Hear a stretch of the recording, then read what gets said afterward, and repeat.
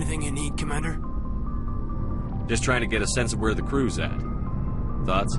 I've wasted enough of your time for now, Commander. We'll have time for personal debriefings later. We'll talk another time, Lieutenant. Commander?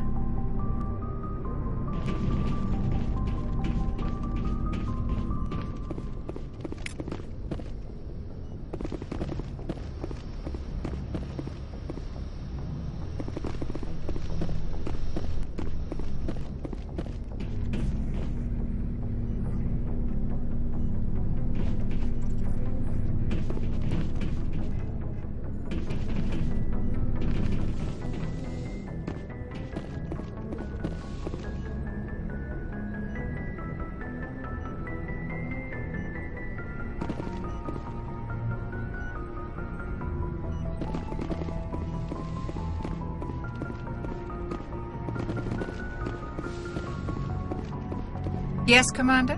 Is there something you need?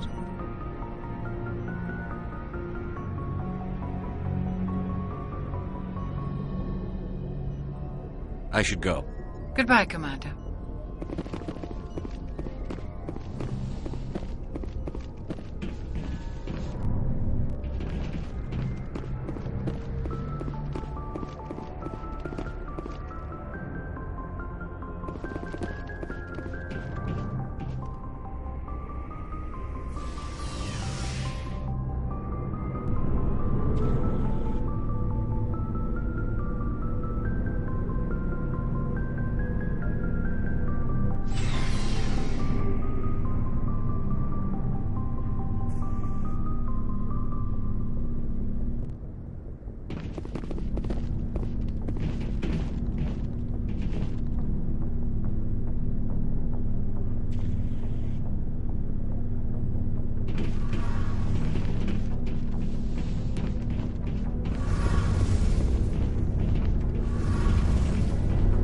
Your ship's amazing, Shepard. I've never seen a drive core like this before. I can't believe you were able to fit it into a ship this small. I'm starting to understand why you humans have been so successful. I had no idea Alliance vessels were so advanced.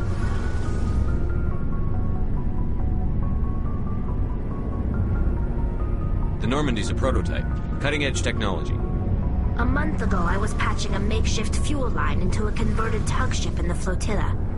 Now, I'm sitting on board one of the most advanced vessels in Citadel space. I have to thank you again for bringing me along. Traveling on a vessel like this is a dream come true for me. I had no idea you found ship technology so interesting. It comes with being a Quarian. The migrant fleet is the key to the survival of my people. Ships are our most valuable resource. But we don't have anything like this. We make do with cast-offs and second-hand equipment. We just try to keep them running for as long as we can. Some of the fleet's larger vessels date all the way back to our original flight from the Geth. I can't believe your fleet's still using ships that are 3 centuries old. They're constantly being repaired, modified, and refitted. They aren't pretty, but they work. Mostly. We've tried to make ourselves as independent as possible on the flotilla, grow our own food, mine, and process our own fuel. But some things we just can't make on our own. A patch to maintain the hull integrity requires raw materials we just don't have. That's why our pilgrimages are so important. Tell me about your people. Our lives aren't easy. Resources are scarce, and we are constantly on the move. Everything we do must in some way contribute to the continuation of the migrant fleet. There are 17 million Quarians in the flotilla, and each of us relies on the others for survival. The bonds among my people are strong. Unfortunately, we have had to surrender many of the freedoms and civil liberties other species take for granted. What kind of freedoms? Well, it's illegal for parents to have more than one child. If our population grows too much, it would strain our resources to their breaking point. Of course, we also can't allow our numbers to become too few. If our population is in decline, the rule against single births is temporarily repealed. In extreme cases of population decline, incentives are even offered to encourage multiple births, though the Conclave hasn't had to take such measures in nearly a century. That's your government. The Conclave is our civilian branch of government. Each ship can elect a representative to serve on the Conclave and make decisions that affect the fleet as a whole. On matters that affect an individual ship, however, the captain has the final say. It's a tradition that dates back to the early days, when the fleet was governed by martial law. Fortunately, most captains nowadays are smart enough to have an elected council from their crew to give them advice and guidance. So the ultimate power rests with elected officials. In practice, the Conclave and the respective council for each ship tend to set the rules that govern our daily lives. But in theory, we are still under military jurisdiction. The 5 top-ranking military officials in the fleet serve on the Admiralty Board. These 5 have the power to overrule any decision by the Conclave in case of emergency. To do so requires unanimous agreement among the Admiralty, and they can only do this once. After that, the entire board must resign their posts. It's a safeguard that served us well. In nearly 3 centuries, the Admiralty Board has only overruled the Conclave 4 times. I want to know more about the Geth. I doubt I can tell you anything you don't already know. It's been almost 3 centuries since they drove my people into exile. All I know is the story of their origins. What they were when we created them, and how they turned on us.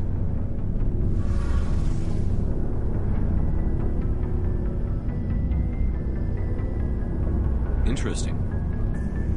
The Geth were originally created to serve as an automated manual labor force. Initially, their intelligence was as limited as any VI.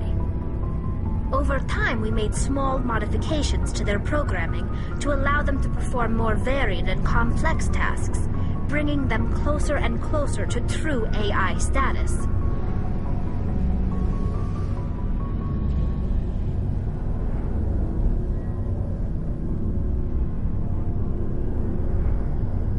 How come the Council didn't step in and stop you? This wasn't true AI research. We may have been skirting the bounds of the law, but we never did anything that was actually illegal.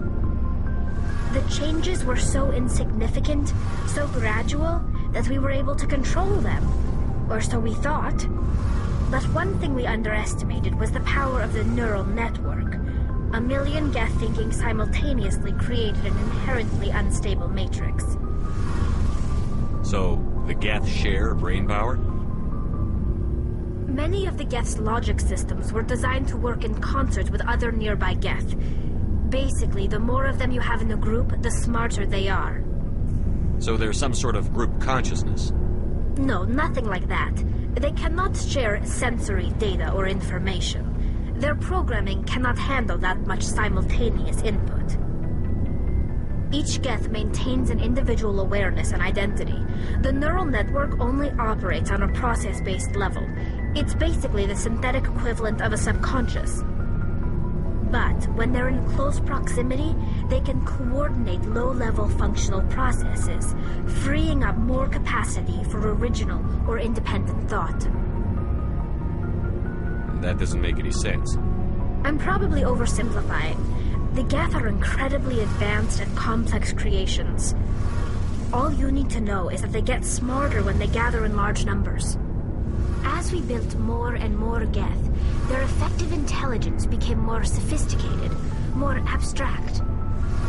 One day, a Geth began to ask its Quarian overseer questions about the nature of its existence. Am I alive? Why am I here? What is my purpose? As you can imagine, this caused a near panic among my people. I don't see what's so bad about those questions. The Geth were created to engage in mundane, repetitive, or dangerous manual labor. That's fine for machines, but it won't satisfy a sentient being for long. The Geth were showing signs of rudimentary self-awareness and independent thought. If the Geth were intelligent, then we were essentially using them as slaves. It was inevitable the newly sentient Geth would rebel against their situation. We knew they would rise up against us, so we acted first.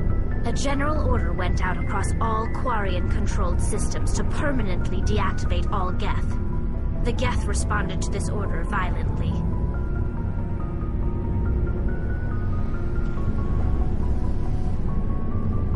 You didn't really think they'd just let you destroy them without a fight, did you? The hope was that most of the Geth would still be little more than machines, incapable of organized resistance. But they had progressed much further than anyone anticipated. The war was long and bloody. Millions upon millions of Quarians died at their hands. In the end, we were forced to flee our own homeworld. We feared the Geth would pursue us, but they never came beyond the Veil. Now we drift through space, exile searching for a way to reclaim what was once ours.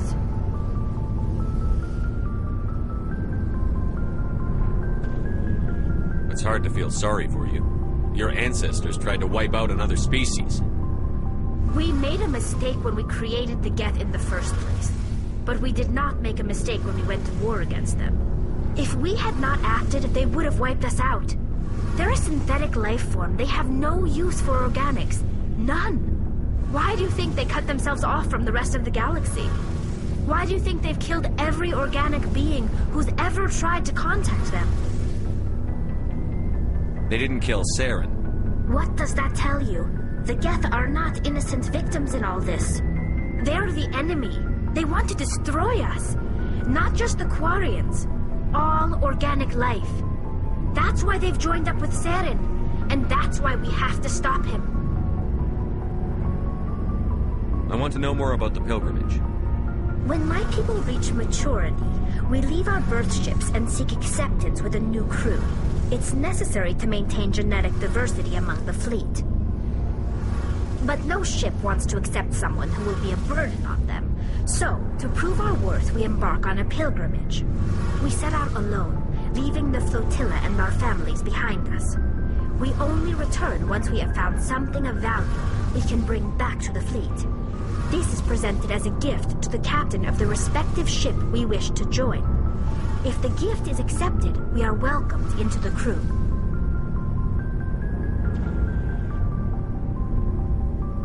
Can a captain choose to reject the gift? That doesn't happen often. Most captains are eager to increase the size of their crew. It increases their own standing in our society. Even when the gift is not particularly valuable, the captain usually accepts it out of a sense of tradition. However, there is a stigma to presenting a substandard gift. It's not the best way to make a good impression on a new community. Most pilgrims don't return until they find something worthwhile. I can't believe they just send you off alone. It's not like they just cast us out. Before we leave, we are given lessons in how to survive outside the flotilla, and given gifts to help us on our journey. We also receive implants to fight off sickness and disease. Generations of living in an isolated and highly controlled environment have left our immune systems weaker than most. By the time we leave the fleet, we are well equipped for the pilgrimage. This is a rite of passage for all Quarians. If it were dangerous, our numbers would suffer. Virtually every pilgrimage ends with a triumphant return and the ritual presentation of the gift to one of the fleet's captains. I want to talk about something else. Like what? I should go. See you later.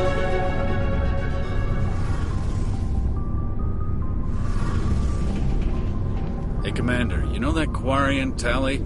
She's been spending all her time down here asking me about our engines.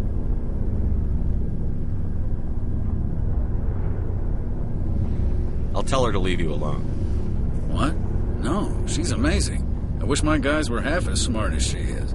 Give her a month on board and she'll know more about our engines than I do. She's got a real knack for technology, that one. I can see why you wanted her to come along.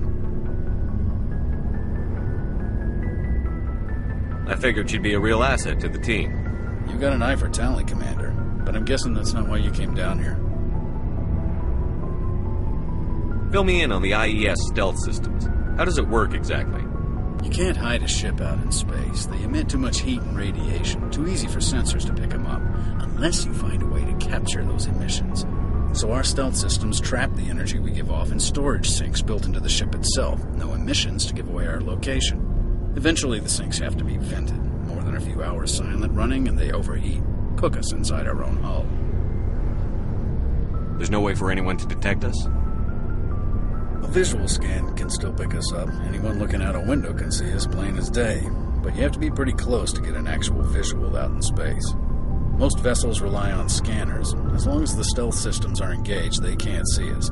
Not unless we accelerate to FTL speeds. Why doesn't it work with faster-than-light travel? Cranking up the FTL blue shifts our emissions, pushes them into frequencies too high to capture in the sinks. As soon as we make the jump, it's like setting off a flare. Sensors can pick up our location whenever we enter or exit FTL flight, but for short-range missions, our stealth systems are amazing, and we've got the only one. Where else have you served, Adams? If you name a class of Alliance ship, I've probably served on it. Everything from dreadnoughts and carriers right down to frigates like the Normandy. My last assignment was on the Tokyo, only a cruiser, but she was a good ship. Couldn't hold a candle to the Normandy, though. I want to know more about the Normandy. She's the best ship I've ever served on, probably the fastest vessel ever designed. And she's the only one using the new Tantalus drive core. What's so special about the Tantalus drive core?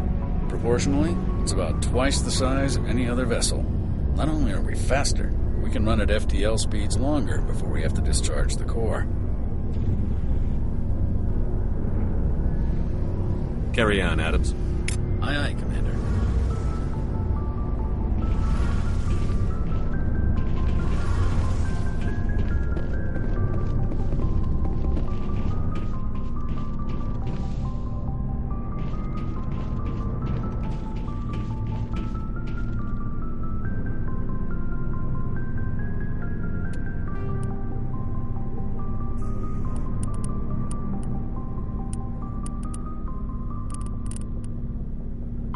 The Normandy is a prototype starship developed by the Human Systems Alliance with the assistance of the Citadel Council. It is optimized for scouting and reconnaissance missions in unstable regions. Larger warships are generally classified in one of 4 weights. Frigates are small, fast ships used for scouting and screening of larger vessels. Faster-than-light drives use Element 0 cores to reduce the mass of the ship, allowing higher rates of acceleration.